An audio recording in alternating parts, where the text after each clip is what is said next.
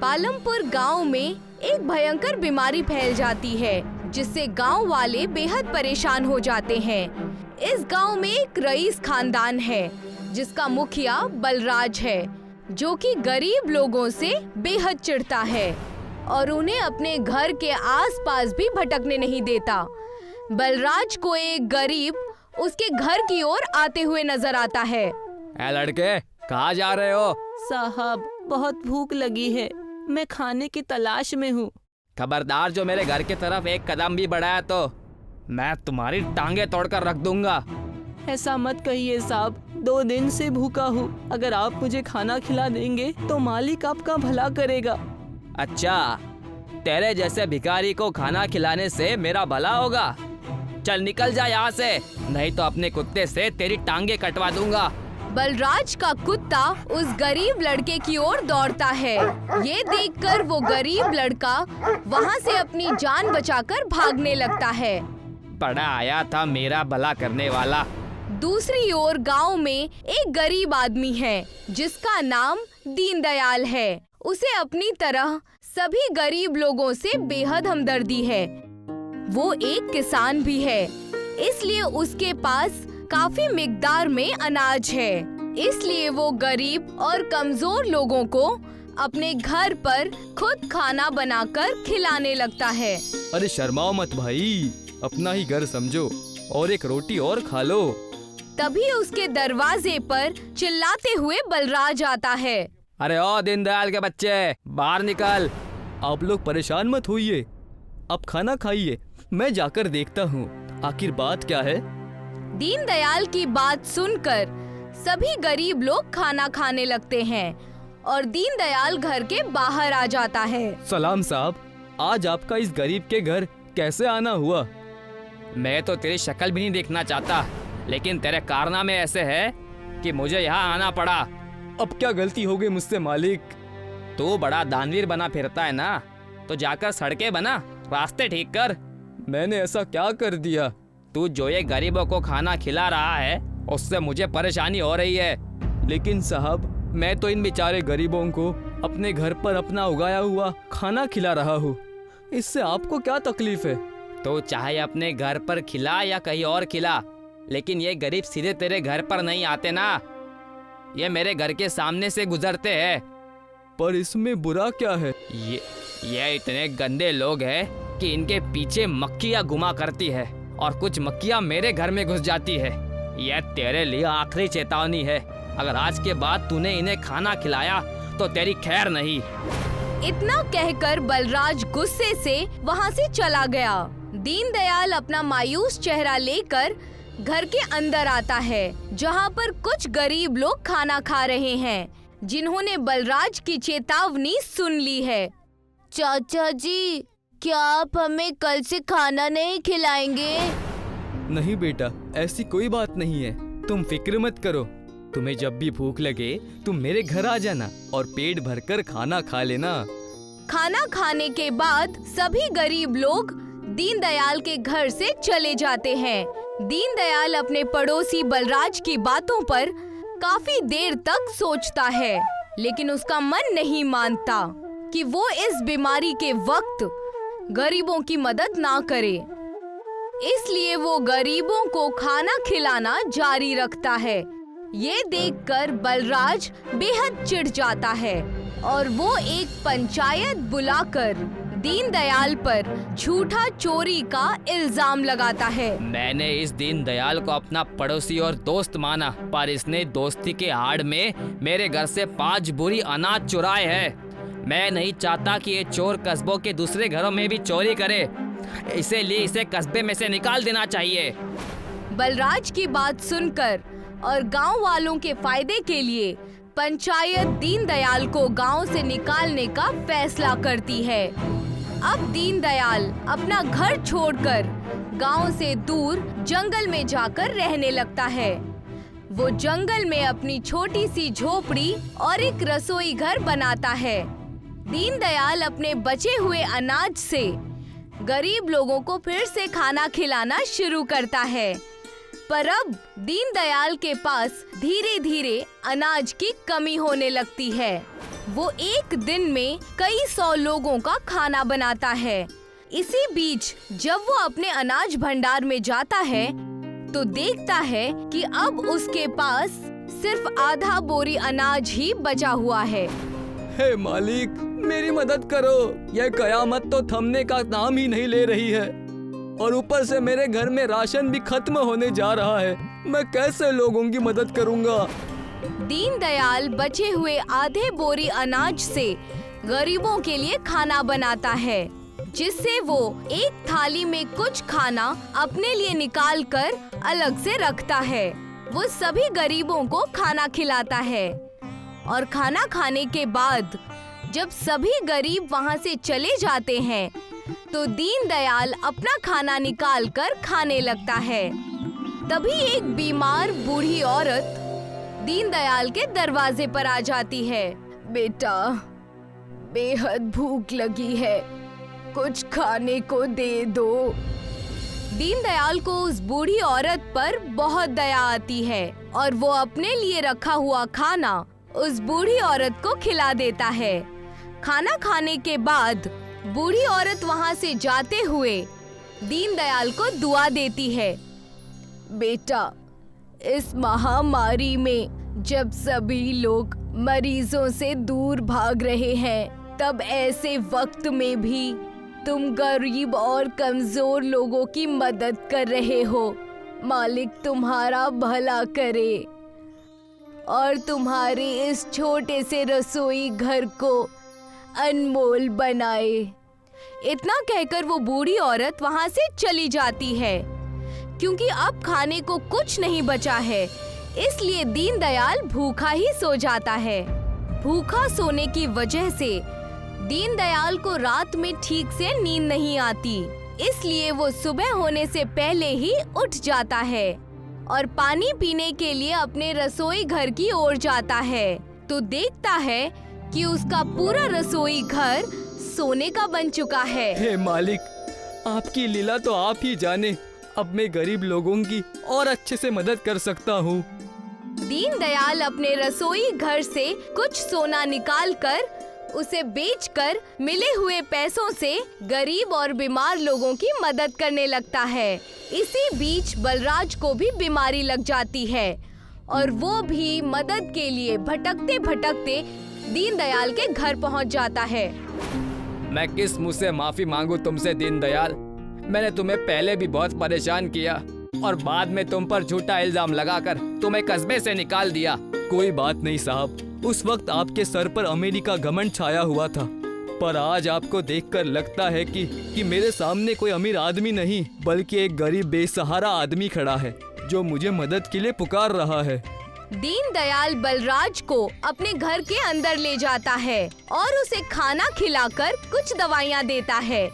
इसी तरह से अपने सोने के रसोई घर से थोड़ा थोड़ा सोना निकालकर दीनदयाल बीमारी के वक्त में सभी गरीब और कमजोर लोगों की मदद करता है।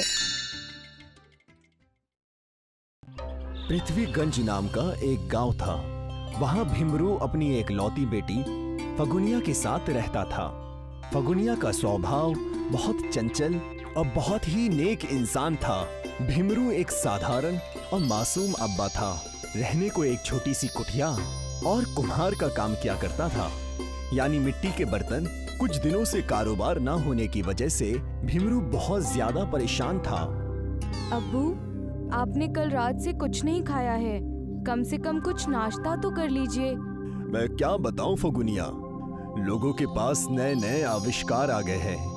आविष्कार तो अच्छी चीज है, इसमें परेशानी की क्या बात है?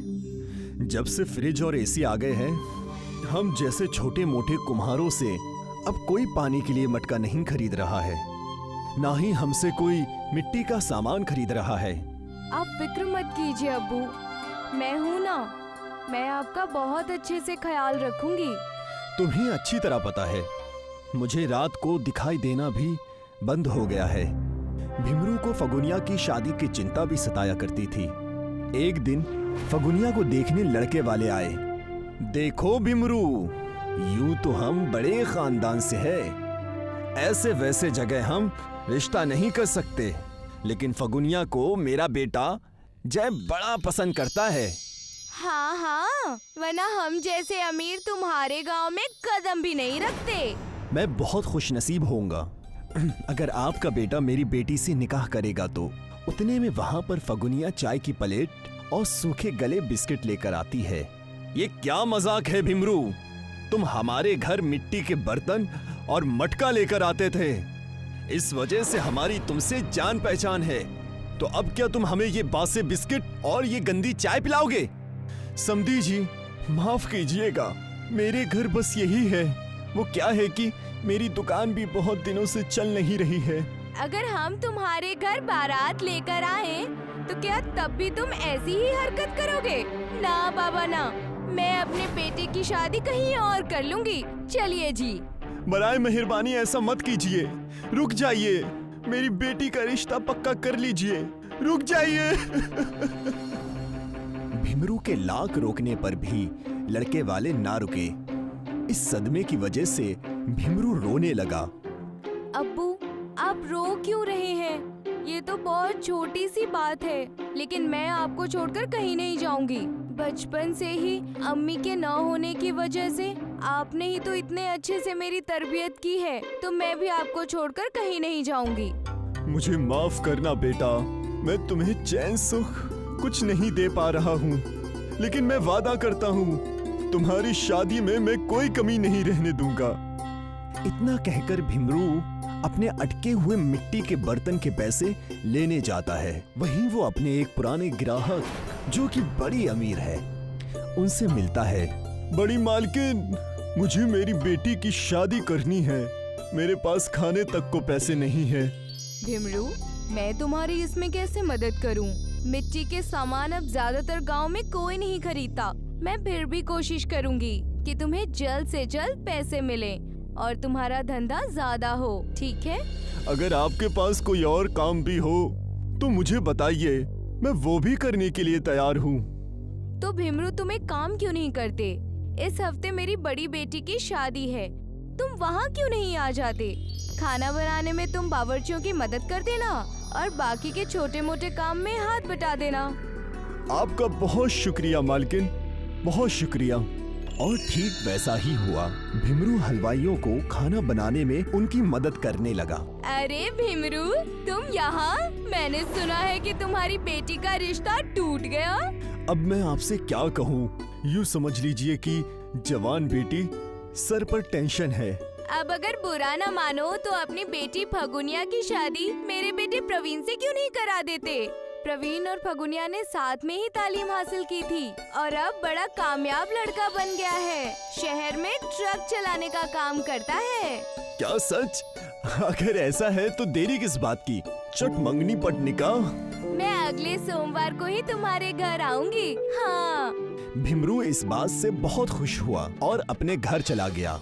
देखा बेटी, मैंने तुमसे कहा था ना, मैं तुम्हारा निकाह एक नेक और बड़े घर में करवाऊंगा। देखो, मैंने ऐसा ही किया।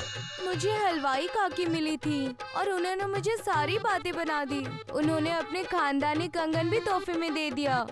मैं भी कितना बेवकूफ हूँ, मैं तो भूल ही गया। तुम्हारी उनकी तो खूब जमती है। अब्बू, शादी ब्याह बहुत ही खर्चे और बहुत ही समस्या वाली बातें हैं। तुम उसकी चिंता मत करो बेटी, मैं तुम्हें अच्छे से विदा करूंगा, लेकिन इस बार तुम्हारी शादी जरूर होगी। हमारे पास तो डोली के लिए भी पैसे नहीं है। मैं तो आपसे कह रही हूँ कि थोड़ा इंतजार कर लीजिए और कुछ दिनों में कोई दूसरा अच्छा लड़का देखकर मेरी शादी करवा दीजिएगा। अपनी बेटी फगुनिया की बात सुनकर भीमरू को रात भर नींद नहीं आती और वो एकदम सुबह में अपने घर के बाहर खेतों से जंगल की तरफ जाने लगा। सही कहा फगुनिया ने, मैं उसे एक डोली तक नहीं दे सकता। शादी तो दूर की बात है, रिश्ता तय है और शादी सर पर है और सामान एक भी नहीं। हे मालिक, आप ही कुछ मदद कीजिए। इतना कहकर भीमरू घने जंगल में जा पहुंचा। हे मालिक, ये कैसा वक्त दिखा रहा है तू? मेरी बच्ची की शादी फिर से टूट जाएगी। मेहरबानी करो, मेहरबानी करो। भीमरू फूट फूट कर उस दरख्त के नीचे रोने लगा और वो दरख्त एक जादुई शैतान का था जो भूख की वजह से तड़प रहा था। भिमरू को रोता देख वो बड़ा खुश हुआ।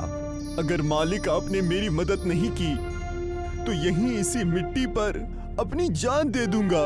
भिमरू के इतना कहते ही वहाँ पर उस पेड़ से एक बड़ा सा शैतान सामने आ गया और कहने लगा, तुम इंसानों का कुछ समझ नहीं आता। तुम कौन हो और बोल कैसे रहे हो? मैं जो भी हूँ, अच्छा हुआ तुम यहाँ आए हो। अब मैं तुम्हें खा जाऊंगा। खा जाओ, मैं हूँ ही हालातों का मारा। क्यों भाई, ऐसा क्या हो गया? तब जाके भिमरू ने उस दरख्त वाले शैतान को सारी बातें बताई। अरे भाई, ये तो बड़ी दुख की बात हो गई। तुम जैसे दुखी आत्मा को मुझे खाकर भी मजा नहीं आएगा। मैं भी रोता रहूंगा, लेकिन मैं इसमें तुम्हारी एक मदद कर सकता हूँ। कैसी मदद? इस पेड़ के नीचे जो मिट्टी है वो आम मिट्टी नहीं है, जादुई मिट्टी है। मैं जब इंसान था तब मैंने सारे सोने इसी मिट्टी में छुपा के रखे थे। तुम उस मिट्टी से जो भी सामान बनाओगे वो बनने के कुछ ही समय बाद सोने का हो जाएगा। शुक्रिया भूत भाई, मैं तुम्हें दोबारा आकर मिलूंगा। छी, ये सब मत करो, जाकर अपनी बेटी का ध्यान रखो। भिमरू वहाँ से अच्छी खासी मिट्टी लेकर घर चला गया और उस मिट्टी से बहुत सुंदर और बहुत ही अच्छी डोली बनाई जो पूरी तरह से मिट्टी की थी। शादी का दिन आ गया। हलवाइन के लड़के प्रवीण से फगुनिया की शादी हो गई। बस उसकी विदाई बाकी थी। पूरी शादी में भिमरू ने बस मिट्टी की डोली बनाई थी और उस मिट्टी के सोने में तब्दील होने का इंतजार कर रहा था। मेरी बच्ची कितनी प्यारी लग रही है, लेकिन शैतान भाई की बात सच क्यों नहीं हुई? डोली तो अब तक सोने की हो जानी चाहिए थी। अब्बू, आप अपना ख्याल रखिएगा। इतने में फगुनिया की डोली बारातियों ने उठा ली और फगुनिया को विदा करने लगे। भिमरू के आंसू आने ही वाले थे कि डोली झट से सोने की हो गई और सारे ही गांव वाले सोने की डोली देखकर चौंक गए। देखा बेटी, ये तोहफा मेरी तरफ से तुम्हारे लिए है। मैं जानता हूँ मैंने तुम्हें बचपन से कोई बड़ी चीज नहीं दी है। अब ये सोने की डोली तुम्हारे लिए है। अपनी सारी जिंदगी अच्छे से बिताना और मुझसे मिलने आते रहना बेटा। सोने की डोली की वजह से फगुनिया के ससुराल वाले उसे बहुत खुश रखने लगे। कुछ दिनों बाद उसने अपने बाबा भिमरू की मदद एक बड़ा सा घर तोहफे में देकर की। सारे खुशी खुशी अपनी जिंदगी बिताने लगे।